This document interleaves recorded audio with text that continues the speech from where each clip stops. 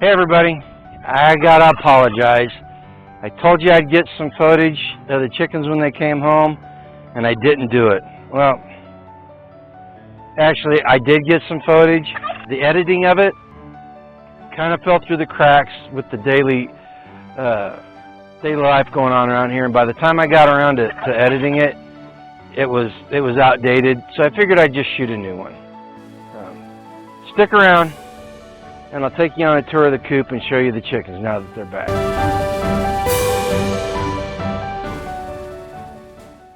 Like I said, the chickens came home 2 weeks ago, and they're doing really well. We had 14 hens and 2 roosters survive. One of the roosters, Kylo, we could not catch, so he spent 5 weeks here making the goats and the sheep his flock. And Milo took care of the girls while they were being fostered over at a Dead Hedge farm by V&Tag. We got them home, and one of the hens promptly disappeared. First day we had them out, she disappeared. I don't know if she's out being broody someplace or a predator got her. I don't know. So we've got 13 hens and 2 roosters, and there's been a little bit of dynamic change in the flock. Kylo is one of the eggs that we hatched last year, so Milo is his sire, and they fought each other as soon as the chickens came home. And I kept having to separate them. Angela kept having to separate them because they were killing each other. Kylo's much bigger than Milo, and he would get the upper hand, but Milo's so pig-headed and so aggressive that he would be on his back pecking at Kylo, trying to be the alpha male. Well, something happened, and Milo broke one of his feet, and so he's gimping around, and Kylo's kind of taken over as the alpha male. The year-old chicks that were hatched with Kylo hang around with Kylo. The older girls that have been around for 4 or 5 years hang out with Milo, even though he's not 100%. And the in-between girls just go back and forth. So I showed you the chicks that were in there in the cage. We let them out, so they're out and running around. And since Milo's not very mobile, the chicks are sticking close to the temporary coop here, and Milo has become their mentor, and he watches out for them, and he kind of herds them around as best he can. Everything's, you know, it happens. Everything's going like it should. I'd really like Milo to be the alpha, but he's almost 8 years old now, 9 years old almost. So he's getting a little long in the tooth in chicken years. So Kylo's probably in line to become the new successor anyway. Well, let's go in and take a look at the coop. The temporary coop that we've got the chickens housed in is a 10 by 12 aero metal building. That's just one of the inexpensive, well, if you can call $300 or $400 inexpensive, metal buildings you get at Lowe's or Home Depot, and I put it together exactly like the instructions said. Then I started doing some modifications on it. Now these buildings get a bad reputation, but I'm telling you, for the basis of small buildings on a homestead, they're great because they're easily modified and you can do all kinds of stuff to them. And I'll show you what I did. So the first thing you'll notice is that it's setting up on a wooden base. So those are 2x8s, and they are screwed to railroad ties. I've got 4 railroad ties in here. They don't go all the way to the corner because they're not quite long enough. But the building is screwed onto the railroad ties, and then the ties are clad with those 2x8s. And what that does is the wind is really bad around here. So you see as many trampolines and trailer houses flying by as you do these metal buildings around here. And by having it screwed into those railroad ties, it secures it to the ground. I mean, if the building goes flying away, we've got way bigger issues than a little bit of wind, right? The next thing I did was I built this 2x4 frame that fits inside one of the door openings. We just slid the door back and inserted it, and then we put some braces in so it doesn't move. The metal grate on there, I cut out of one of those panels that I did a video a couple 4 weeks ago when I was cleaning up the area where this building is, and I added a lock right there, a bolt, and what happens is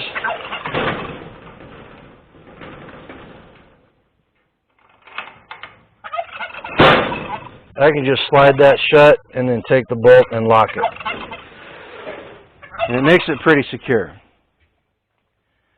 Then we step onto the inside, and first thing you'll notice is there's a window in there. And all I did was frame it in with 2x4s and then mounted it in, and I framed it on the outside. And then on the outside of the window,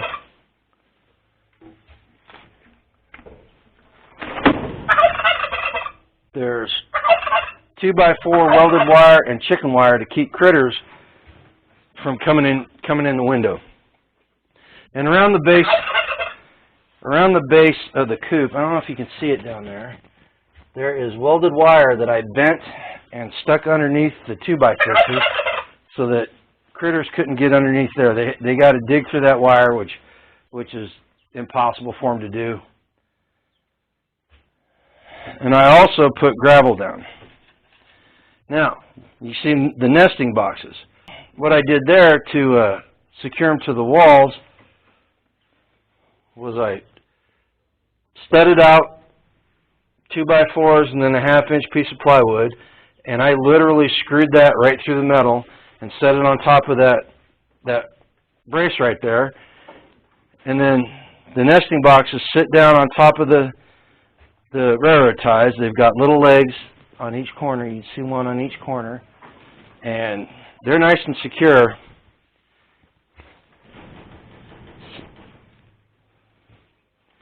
But that keeps them from tilting over.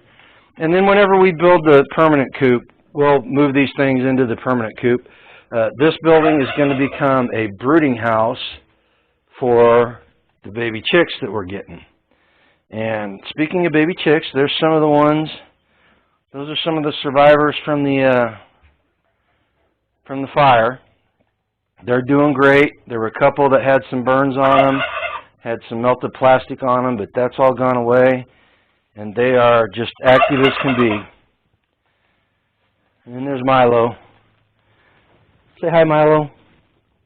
He's kind of been hanging out in the nesting box past 3 or 4 days because his foot hurts him really bad. But he'll get better.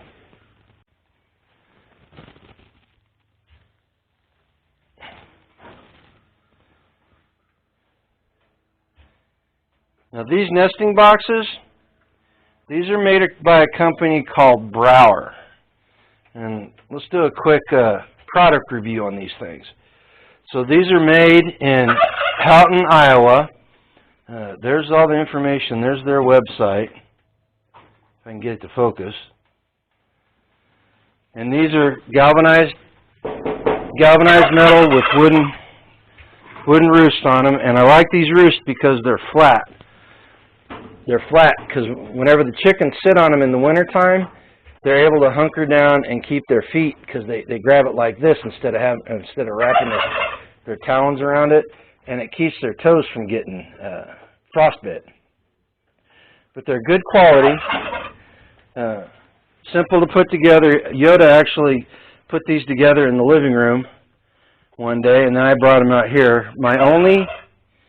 My only caution if you buy these things is when you're putting them together, you should use Loctite on the nuts and bolts, because with the chickens jumping up and down off of them, they'll cause those things to get loose and you'll end up replacing them. You can see, let's see, there's one.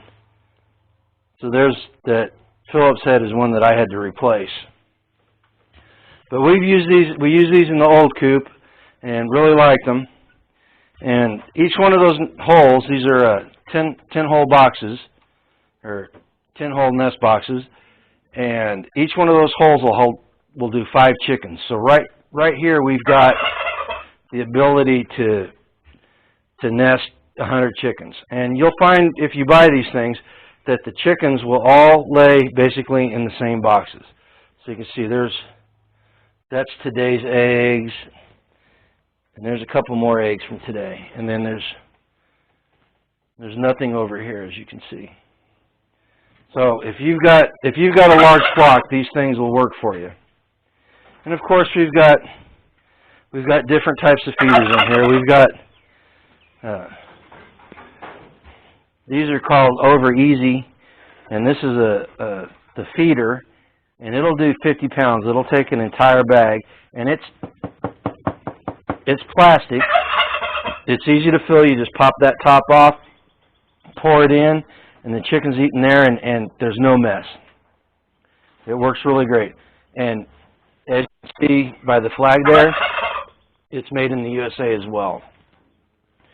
You know, it's kind of hard. I guarantee you that someplace in the supply chain on these things, something comes from China, but at least they're putting them together, and they're forming the plastic and stamping the metal and making these things here in the United States. And then, well, they knock the water doesn't have any water in it. But we've got one of the Over Easy waterers too, and it'll hold 12 gallons of water, and it's basically the same design except it's got the little nipples on it instead of the holes for the food. And then over here in the corner we've got a metal Little Giant feeder that we use. We haven't used it yet because really don't need to. We've got enough feeders in here. And then you can see the chicks are down here eating out of a little cheapo Walmart feeder that we got. Man, we probably had that thing 3 or 4 years now. But it works. We put their food in it, and they eat it just fine. And it's reversible. So if you can find one, so that end is for water, and that side is for food. Well, there you have it. There's the down and dirty on the temporary chicken coop. Like I said, we're gonna build a new coop over here. It's not going to be quite as large as the last one because we're not going to have the brooding area in it, because we're going to turn this into a brooder. And once we do that, we'll show you what we do there, because we're going to do it a little bit different. Try to make it so it's a lot more safe, so we don't have a repeat of what happened before.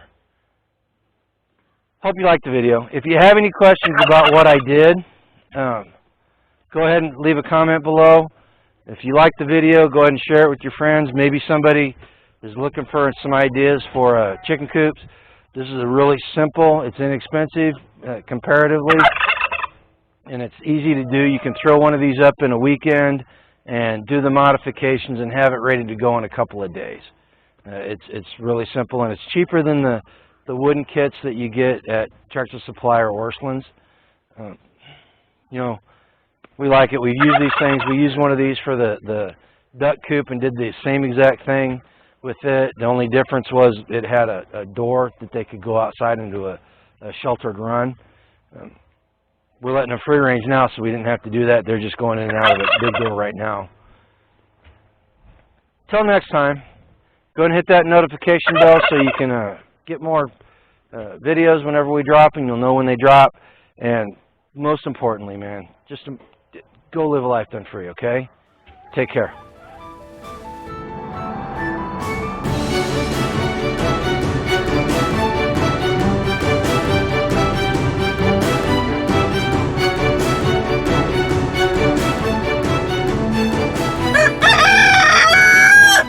Thanks, Milo.